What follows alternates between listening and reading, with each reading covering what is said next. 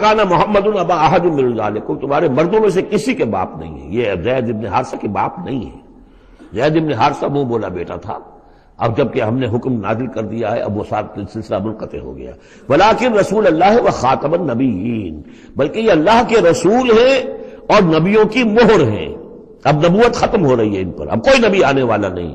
لہذا جتنی بھی رسومات جاہلیت کی تھیں اگر ان کے ذریعے سے وہ ختم نہ ہو تو پھر کس کے ذریعے سے ختم ہوگی؟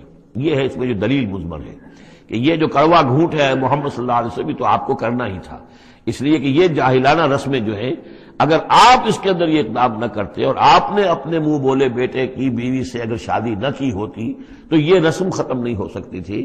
اور یہی بات بتائی جا رہی ہے لوگوں کو، ما کان محمد ابا احد من رجالکم ولکن رسول اللہ و خاتم النبیین، وہ تو اللہ کے رسول ہیں اور خاتم النبیین. اب اس میں ایک بڑا باریک نقطہ ہے وہ نوٹ کر لیجئے.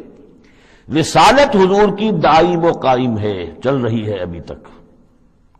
فرق صرف یہ ہے کہ اس وقت تک براہ راست آپ بنفس نفیس اپنی رسالت کے فرائض ادا کر رہے تھے، اب بائی پراکسی ہے، اب امت کے ذریعے سے ہے. جو بھی آپ کے امتی ہیں، جو بھی دین کے خادم ہیں، جو بھی قرآن کے پیغام کو پہنچا رہے ہیں، جہاں جہاں تک پہنچا رہے ہیں وہ رسالت محمدی کا پیغام پہنچ رہا ہے. رسالت محمد کی ہے صلی اللہ علیہ وسلم.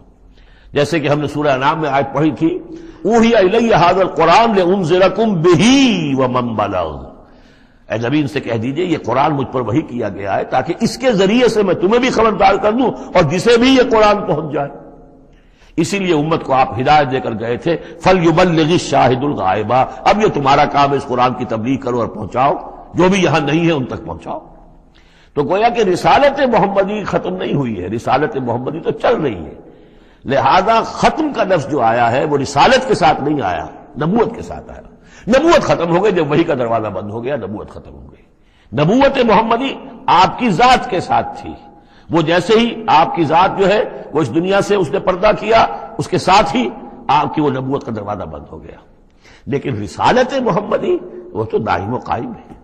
اسی لیے یاد دیکھیے ولیکن رسول اللہ ہے وخاتم النبیین، آپ تو اللہ کے رسول ہیں اور دائم ہیں اور قائم ہیں، اور خاتم النبیین ہیں اور نبیوں کی مہر ہے. وکان اللہ بکل شیء علیما، اور یقیناً اللہ تو ہر چیز کا علم رکھنے والا ہے. صدق اللہ العظیم. میرے حساب